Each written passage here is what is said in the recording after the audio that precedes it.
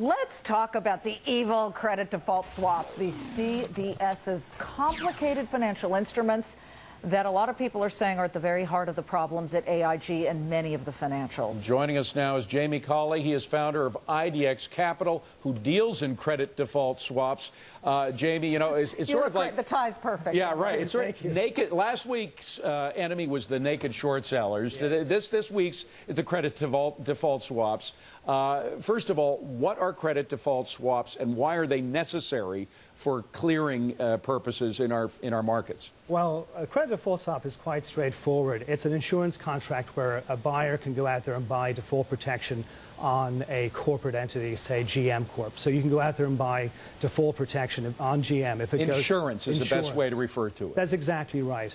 Were GM to file for bankruptcy, God forbid, you can go out there and collect on that insurance policy if you paid your premium over the life of the contract. It's very similar to if you go out there and buy insurance on your car, for example.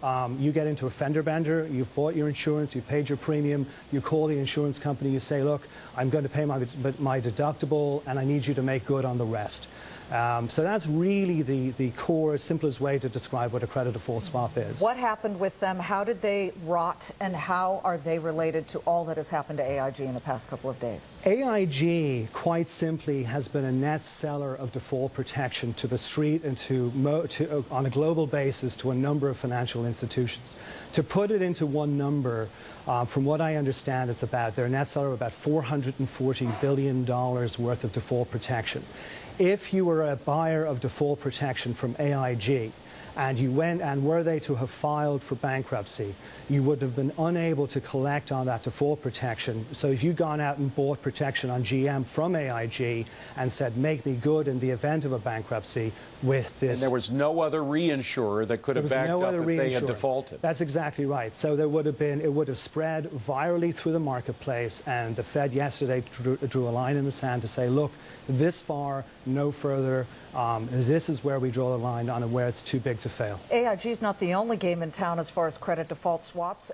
Won't other companies start having to unwind their situations? Well, obviously, Bear Stearns, when this first started, people drew the line, and the Fed drew the line at Bear Stearns in the hope that, that if they drew the line there, as Bear Stearns being a significant market player in the wholesale trading of credit default swaps, that they could stem some of this financial situation that we're currently in. That didn't work so well.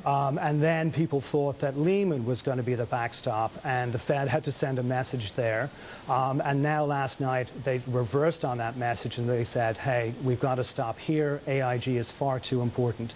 $500 billion worth of protection is out there that they've been a net seller of. I've read reports that it could be as much as $200 billion in losses to other financial institutions where they have to have filed bankruptcy. So we're looking at it right now about a 3% loss in the Dow now as a result of concerns about the dollar and whether this will continue these bailouts. Had the government not stepped in and provided this bridge loan, what kind of loss do you think we'd be looking at? I would hate to speculate. At the very least, much worse than what we're looking at today. Significantly much worse. What you would have seen is you would have had a spread in this viral situation out where other counterparties, other banks may have filed for bankruptcy. Hedge funds would certainly have gotten hurt. Loan portfolios, it would have just spread its way all the way around the world.